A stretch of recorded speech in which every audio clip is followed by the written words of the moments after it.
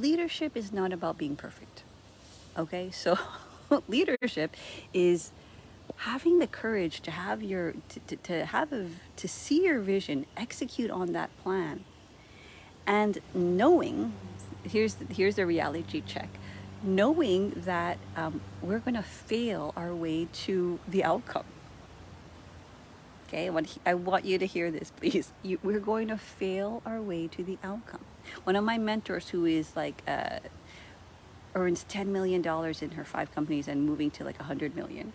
And she's not my only mentor. I have another mentor who lives off the grid, and she's a surfer. And it's not about the money. It's just they're living exactly the way what they want to live, from my perspective, anyway. And so, what she says, and I know this is not what she only says, but basically, you're gonna fail 99% of the time while you're leading yourself and your company, and you're going to have that amazing outcome 1% of the time. So the successful people are just have more attempts. And when we fail, it's really because we quit. We quit on our own leadership, our own trust, our own intuition. So all of this is not so that you can be this leader that executes with perfection and gets the outcome every single time. It's to understand what is internal leadership. It is that internal knowing. It is your imagination. And here's the thing. It's like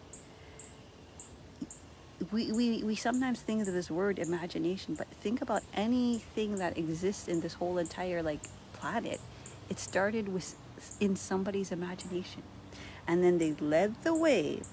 They failed many times. Like, just think about any invention that we have. Think about any pro athlete in the Olympics. Think about you just think about how many times they failed towards their outcome.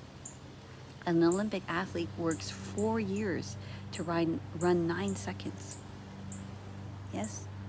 So leadership is developing that courage to trust your own intuition and to know when you need support and help.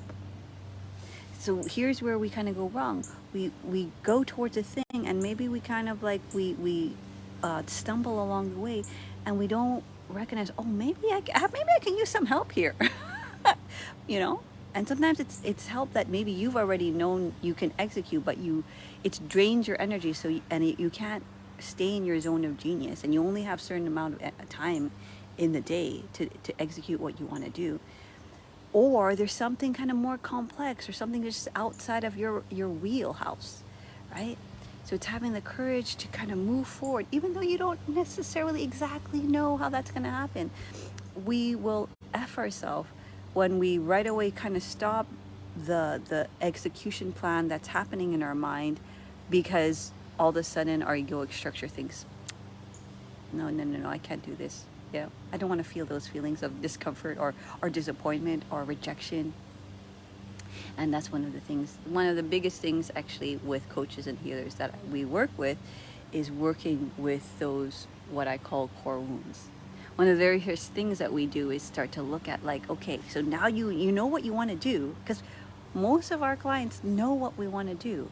They know who their dreamiest clients are, but then when they kind of go towards it, maybe they go in a path where they find a strategy, and it's way too linear and overwhelming. So then they kind of they go, but then they're whoa, I can't, it's too much. So we kind of want to understand, well, why don't we use our biggest asset? We understand the healing path. We understand how to go deep, right? And so why don't we move in our business from that function, from that place of knowing, okay, now I'm starting to see myself wanting to burn the whole thing down when I'm not in a state of readiness. Or now I'm starting to see myself going really close to what I want, and then resistance is starting to come, right? Oh, so that's when I know that I'm closer to where I want to go. And so then now can I work through this, right?